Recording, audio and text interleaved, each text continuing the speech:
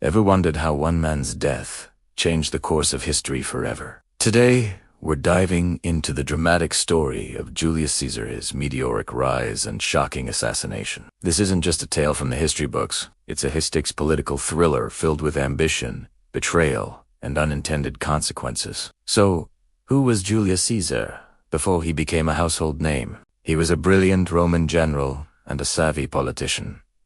Early in his career, he knew he couldn't climb the ladder alone. So, he formed a secret power packed with two of Rome's most influential men, Pompey the Great and the incredibly wealthy Crassus. These alliance, known as the First Triumvirate, basically allowed them to run Rome from behind the scenes. Caesar's big break came with the Gallic Wars. For nearly a decade, he commanded Roman legions in Gaul, which is modern-day France. His victories were legendary. He didn't just conquer territory. He won the hearts of his soldiers and the Roman people. They saw him as a hero, a man of action who brought glory and wealth to Rome. But back in the capital, his growing fame and power were making some people very, very nervous. Eventually, the triumvirate crumbled. Crassus was killed in battle, and Pompey, now Caesar's rival, sided with the Senate against him. The Senate ordered Caesar to disband his army and return to Rome as a private citizen. Caesar knew this was a trap.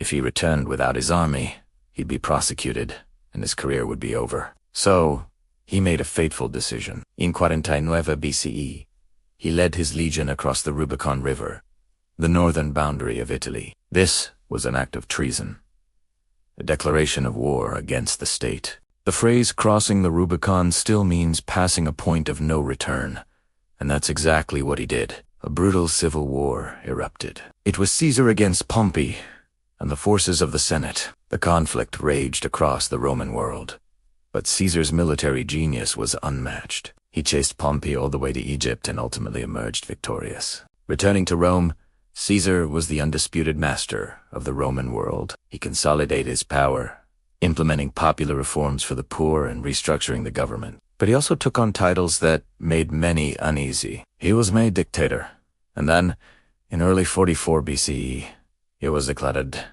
dictator perpetuus, dictator for life. For many senators, this was the final straw. Rome was a republic, and they prided themselves on being free from the rule of kings. Caesar was acting more and more like a monarch, and they feared he would soon declare himself one. A group of about 60 senators, who called themselves the Liberators, decided that the only way to save the republic was to kill the tyrant. The leaders of this conspiracy were Marcus Junius, Brutus and Cassius Longinus. What's so tragic is that Brutus was a close friend of Caesar's, a man he had pardoned and promoted. But Brutus believed his duty to the republic was greater than his loyalty to his friend. They chose the Ides of March, March 5th, 44 BCE, as the day.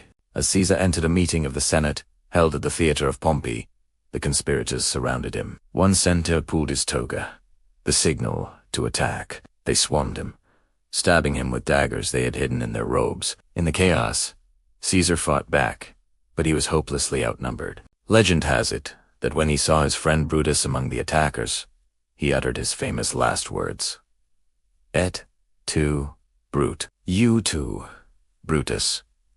He then covered his face with his toga and fell at the base of a statue of his old rival, Pompey. He was stabbed 23 times.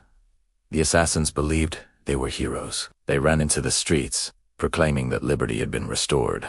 But they had made a catastrophic miscalculation. The people of Rome loved Caesar, and they were horrified by his murder. Instead of saving the Republic, the assassination plunged Rome into another 13 years of bloody civil war. In the power vacuum that followed, two key figures emerged.